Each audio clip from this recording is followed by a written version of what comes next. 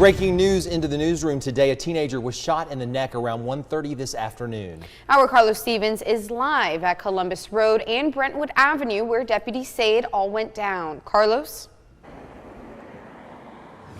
And guys, when our crews arrived on scene earlier today, we counted more than 20 shell casings here. Let's get you to some video that we shot earlier. Greg, is something I've not seen before. Two deputies searching a church after they were told that it had been burglarized. Now, I do want to warn you that the video that you're about to see is a bit graphic. Well, Amanda, Allen Smith told me he knows severe weather can pack a punch, but when he pulled up in his driveway on Monday evening, he was still in disbelief after seeing trees like the one right here in front of me. Voters in Houston County will soon decide if a special tax should be extended, raising millions of dollars for various projects like this park here. Well, guys, when I spoke with her earlier this morning, she told me that the city has been cutting grass for years, and now she believes it's unfair to place that responsibility on citizens. Well, Greg and Amanda, they actually got in the car, and when they got in the car, they buckled up their seat belts and they went through a simulation where they learned what not to do. Why? Behind the wheel.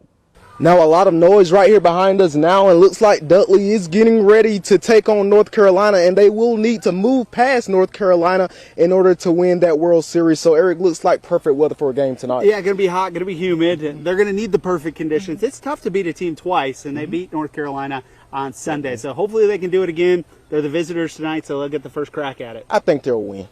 It's pretty hot out here, Greg, so we're going to send it back to you, and hopefully it's cold in that studio. And so then they could be like a 12 to 13. Lots of questions, lots of questions. Hey, do you guys know what they call it if you have a fear of Friday the 13th? I learned this a long time ago. Oh my God, should I ask? Triskaidekaphobia. Good night. What? Yes, I say good night, and we do have to say good night. Thanks for watching, everyone. Perry is taking on Jones County tonight. Jones County in action first. Devin Edmonds drops back, throws a nice pass to Tyler Stewart, and he comes down with that one. This time, Edmonds lunches one downfield, and who does he find? Stewart again, making a nice grab, falling in the end zone for a touchdown. Perry fans want to see their team answer, and Perry wastes no time doing that. Carter Ginn hands off to Dakari Anderson, and he leaves everyone in the smoke. He's going all the way for a Perry touchdown. Now the Greyhounds looking to punch it in again. Devin Edmonds dropped back looking for a receiver, and he's about to throw it, but he's hit while trying to throw it, and it's going to end up going the other way. Perry with the interception there. Perry looking for another score. Coder drops back, and he throws a strike into the end zone, finding his wide receiver there. And now it's our play of the week. Jones County, Devin Edmonds throws a nice pass, and check out how Zion Reagan mosses the defender. That's our play of the week. Congratulations to the Greyhounds.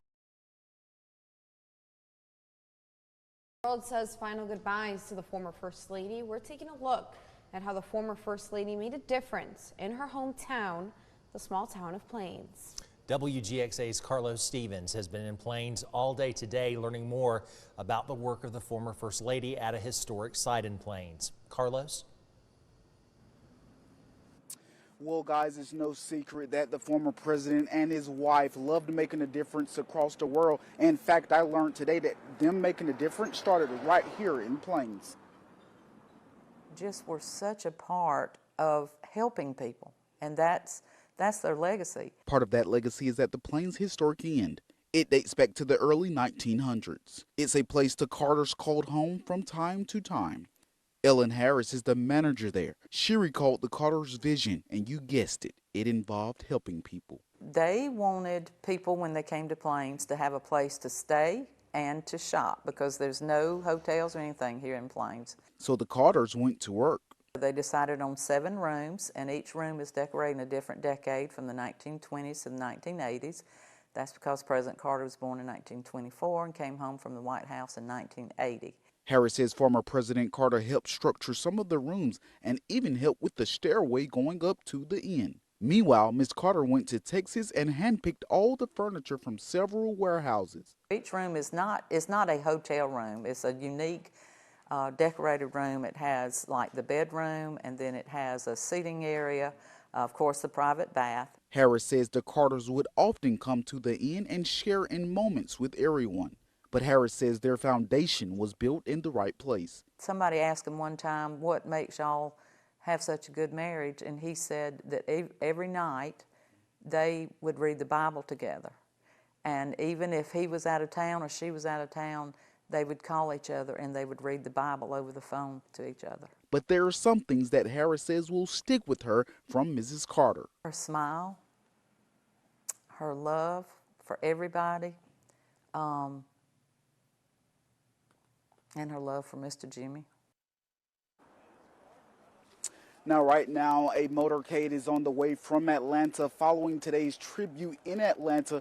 Actually, right now, people are starting to line the streets as that motorcade comes back here to Plains. And, of course, the family will be holding a private ceremony tomorrow. Of course, we'll be bringing you all the latest coverage on WGXA on air and online. For now, we're live here in Plains. I'm Carlos Stevens, WGXA News. Guys, what an impact. A former NFL star and Super Bowl champion stopped by a Bibb County school today, giving back to students.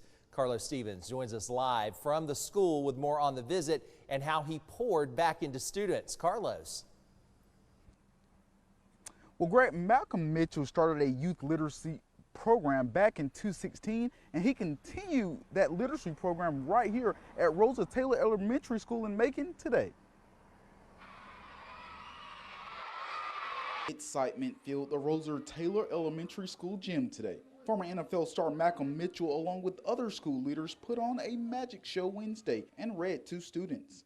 Mitchell says at one point he thought football was the most important thing in the world, and while the sport opened a number of opportunities for him, he says he now knows knowledge is power. On my journey, I realized that reading and being literate was the most self-empowering tool a human being could possess. Mitchell admits he didn't grow up with his eyes glued to a book. So the truth is, I did not grow up exploring books. I explored the football field. Mitchell says once he got to college, he realized he had to change that. Changing that habit sparked his love for reading, and now Mitchell wants kids to know reading opens up endless doors. Being able to acquire information and apply it, you grant yourself the greatest possibility of reaching your goals. Mitchell is a University of Georgia alum and is also the founder and CEO of the Share the Magic Foundation. He's a published author who speaks on teamwork and overcoming adversity. He's been featured on several major networks for his work. Rosa Taylor's principal, LaShonda Gilbert, says Wednesday event will help the kids as they get older. Reading is essential. It's one of those key elements that you need to help you to be more successful in life. Dr. Wanda West is the president of Macon's Mayor Literacy Alliance. She says not learning to read could have a major impact on your future. If folk can't read, they can't really do anything. West says they have a number of areas they're focused on. It's family literacy, environmental literacy, digital literacy. Meanwhile, for the NFL star, his biggest advice: read whatever you can. Read whatever you enjoy. Now, Mitchell formerly played with the New England Patriots and is a Super Bowl champion. We're live here in Macon. I'm Carlos Stevens, WGXA News.